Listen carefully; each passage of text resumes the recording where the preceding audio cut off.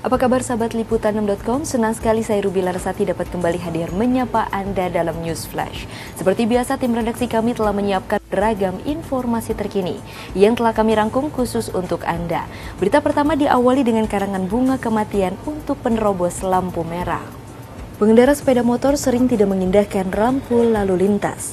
Tidak sedikit yang menerobos lampu lalu lintas dan berujung pada kematian. Satuan Lalu Lintas Polresta Pekanbaru mempunyai cara unik untuk mencegah kecelakaan akibat pelanggaran lalu lintas ini.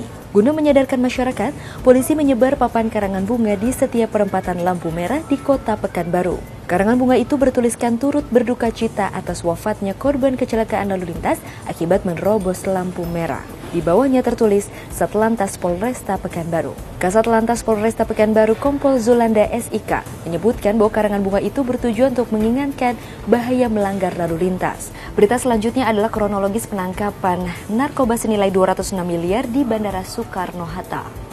Petugas Ditjen Bea Cukai dan Polresta Bandara Internasional Soekarno-Hatta menggagalkan penyelundupan narkoba dengan jumlah yang fantastis.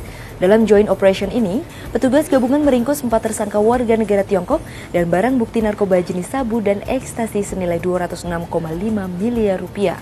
Penangkapan dalam jumlah besar ini bermula dari penggagalan upaya penyelundupan yang dilakukan petugas Bea Cukai di Terminal 2D kedatangan Bandara Soekarno-Hatta. Pada hari Minggu tanggal 9 Agustus 2015, petugas berhasil mengamankan 2 warga negara Tiongkok berinisial YMC dan CSW karena masing-masing kedapatan membawa narkoba jenis sabu seberat 3 kg.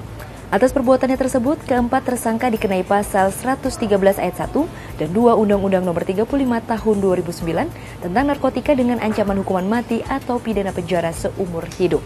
Dan untuk berita terakhir adalah seputar Gubernur DKI Jakarta Basuki Cahayapurnama atau Ahok yang menyebutkan relokasi Bukit Duri masih menunggu Kampung Pulo selesai. Pemerintah Provinsi DKI Jakarta membidik pemukiman penduduk di Bukit Duri, Jakarta Selatan untuk direlokasi.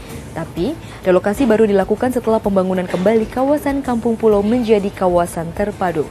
Ahok ingin melihat hasil penertiban yang dilakukan di kawasan Kampung Pulo. Bila banjir datang, pasti akan berdampak pada kawasan Bukit Duri yang akan terendam. Selain itu, Ahok juga menyampaikan niat pemerintah untuk membangun sebuah rusun di wilayah Kampung Pulo.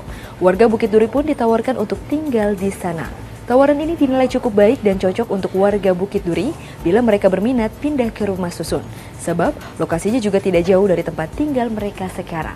Baik sahabat Liputan6.com, itulah tadi informasi yang dapat kami sampaikan. Untuk informasi lengkapnya silakan kunjungi situs kami di www.liputan6.com atau silakan follow Twitter kami di @liputan6.com, Facebook di Liputan6 Online, dan Anda juga dapat mengunjungi Instagram kami di @liputan6. Akhir kata saya Ruby Larasati pamit undur diri. Sampai jumpa.